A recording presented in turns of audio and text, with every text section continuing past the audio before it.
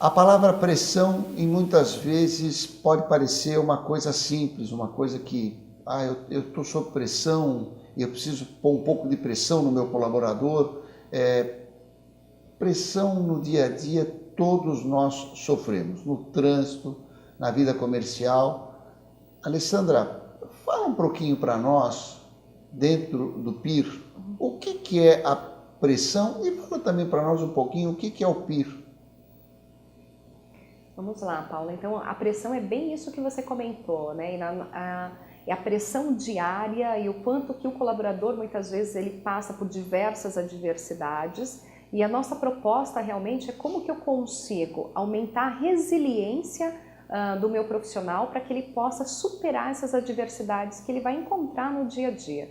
E quando a gente fala de pressão, é algo que cada vez ela vai estar mais latente, crescente nas empresas. A gente vê os últimos 2 anos realmente o quanto que as empresas estavam cada vez mais trabalhando e entregando mais com menos, né? Você teve um número maior de demissões, então eu precisava continuar com a minha entrega e superar essa entrega para a sobrevivência da organização.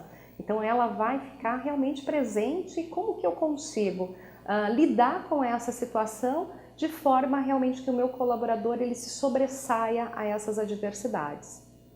Pois é, às vezes a gente fala pressão, né? Não é a panela de pressão também é um perigo na cozinha, né? Se a válvula está ruim, enfim. Eu gosto até de fazer esses exemplos que parecem jocosos, mas pessoal, a pressão às vezes vem velada até de um superior a um inferior na empresa, a um subordinado, perdão, do tipo, o relatório não fechou, dá uma alteradinha aí de leve. São todos os tipos de pressão que a gente está falando.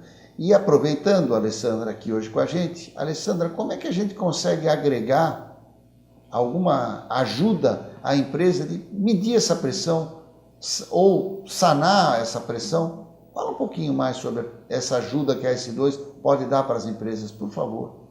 Perfeito. A nossa proposta é o PIR, né? Potencial de Integridade Resiliente. Então, o PIR ele é um simulador de dilemas éticos. O seu grande objetivo é conhecer qual o grau de resiliência que a pessoa ela tem quando ela se depara com esses dilemas. Esses dilemas eles são customizados conforme o nível de decisão que a pessoa vai ocupar naquela organização, é um nível operacional, tático, estratégico, e a atividade que ela vai exercer, uma atividade comercial, administrativa, financeira, porque a gente entende que esses dilemas e essas exposições, elas são diferentes. E aí você traz realmente uma customização maior em relação ao processo e aproxima o participante também da realidade a qual ele está sendo exposto. É uma plataforma tecnológica, a pessoa recebe um link na casa dela para que ela possa responder. Ela vai ter ali uma triangulação de questões, onde a gente consegue contextualizar e entender realmente aquela pessoa naquele dilema. Então ela responde questões de única escolha, questões dissertativas e relato em vídeo.